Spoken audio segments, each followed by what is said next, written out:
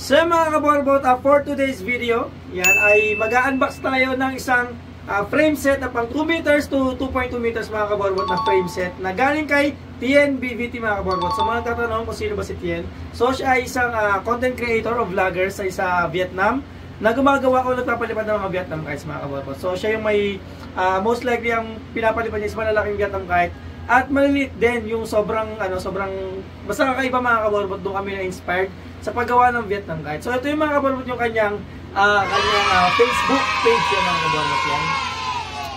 And so shoutout sa kanya mga kaborbot dahil binigyan niya tayo ng libreng guantes mga kaborbot, libreng gloves. So dalawa yung gloves na binigyan niya sa atin mga kaborbot.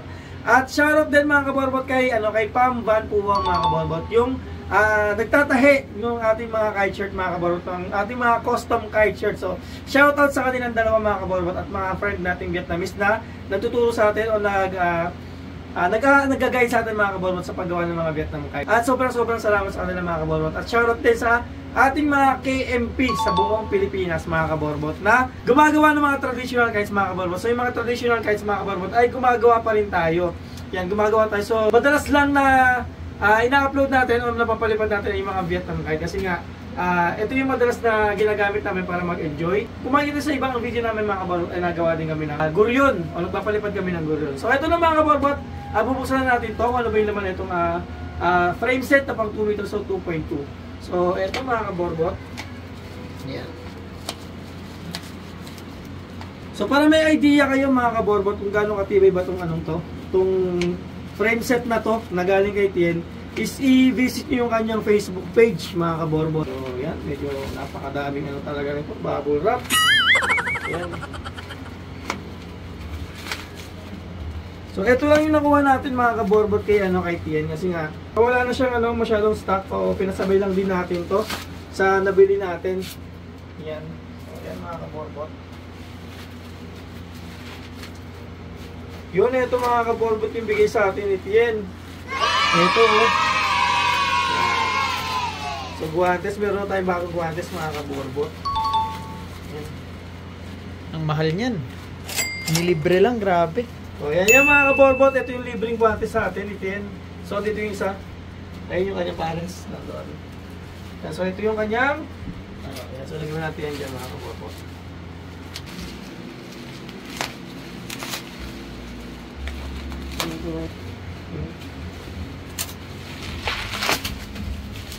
So yung mga kaborbot, sa wakas nabuksan na natin siya.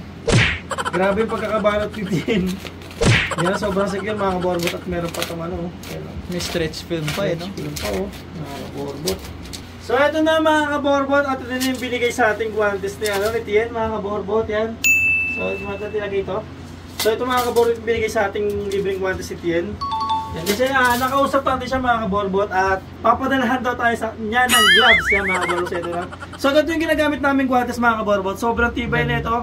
Pagdating sa paghihila, sobrang rapid ito mga kaborbot. Tsaka hindi talaga siya yung mapupulit agad. Yan, sobrang tibay ito mga kaborbot. At legit na legit. Yan. Ito yung mga tube natin mga kaborbot. Yan. So dalawa yan, dalawang set ng tube at meron tayong binigyan tayo ng Kevlar ni Tien kasama doon sa ating parisukat, yung possible na parisukat ng mga kaborbot at yan. And so complete na yung mga kaborbot. At ito yung ating mga carbon. So ito siya. Yan. Wow! Pag-check natin mga kaborbot, so gagawa tayo mga kaborbot ng 2 meters, dalawang 2 meters na Vietnam kite. At yung gagamitin natin at susubukan natin kung gaano katibay ito. So ano na tayo? Bench check mga kaborbot. Bench check. Sa ating proper si kaborbot na si Totoy? Totoy. You know. Kaborbot si MJ. Tulog. Natulog na po sila. Jade. Ako ni si Jade. Ayan. Tulog sila. Ay nako, natulog. So ito mga kaborbot. Bench check mga kaborbot. Bench check mga kaborbot. Nag-snap naman So yan siya mga kaborbot. Grabe naman. So, grabe, imagine niyo yan yung kite nyo, yung pakpak. So yan mga kaborbot, yung pakpak nyo. Bench check mga kaborbot. So sobrang flexible niya talaga mga kaborbot at magbe-bend lang talaga yung ating saranggola. So ito yung kakabit natin mga kaborbot dun sa ating 2 meters na gagawin. Yan, so ito yung kanyang patindig. Bench check. Isang straight. So bench check, so grabe nakabutas. Bench check mga kaborbot, yan. Kaya siya mga kaborbot. Sobrang tibay talaga. Oh. Grabe. Ang kunat niya mga kaborbot. Yan, so ito. Bench check.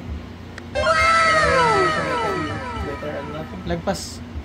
Oblong na to mga kaborbot. Oval na to. So yun lang mga kaborbot. Nice. At abangan nyo yung gagawin natin 2 meters sa gamit tong ating VIP. VIP na carbon mga kaborbot. So gagamitin natin to at ipapakita namin sa inyo yung continue ng video na to, yung paggawa namin ng dalawang Vietnam kite na 2 meters. Sobrang swerte mga kaborbot ng paglalagyan natin ito. Yan. So ito na yung mga gagamitin natin. As of now mga kaborbot is wala nang stock kay Safety, kaya nag-aantay kami na i-PM niya kami para magkaroon ng stock. Kung meron stock na siya para mapadalhan kami ng mga ganitong carbon mga kaborbot. So sa mga magpapa-repair mga kaborbot, message nyo lang din kami. Yan. So yung mga pala mga kaborbot, isa pa mga kaborbot, sa mga nag-avail sa amin o nagpagawa ng mga Vietnam kites, is meron silang isang buong taon mga kaborbot na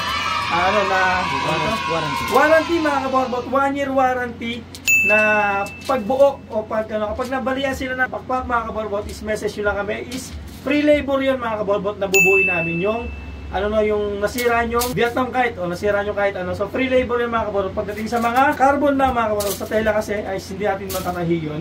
So sa mga carbon na mga kaborbot na pag nabali o kung ano yung nasira sa inyo, wag lang yung tela kasi mahirap tahiin yung tela.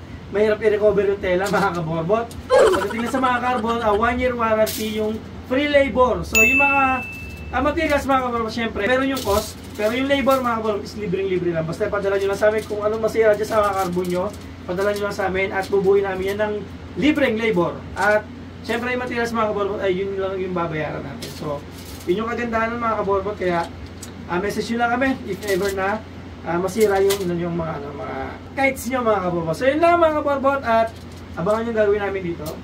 So mabuhay lahat. Sheesh!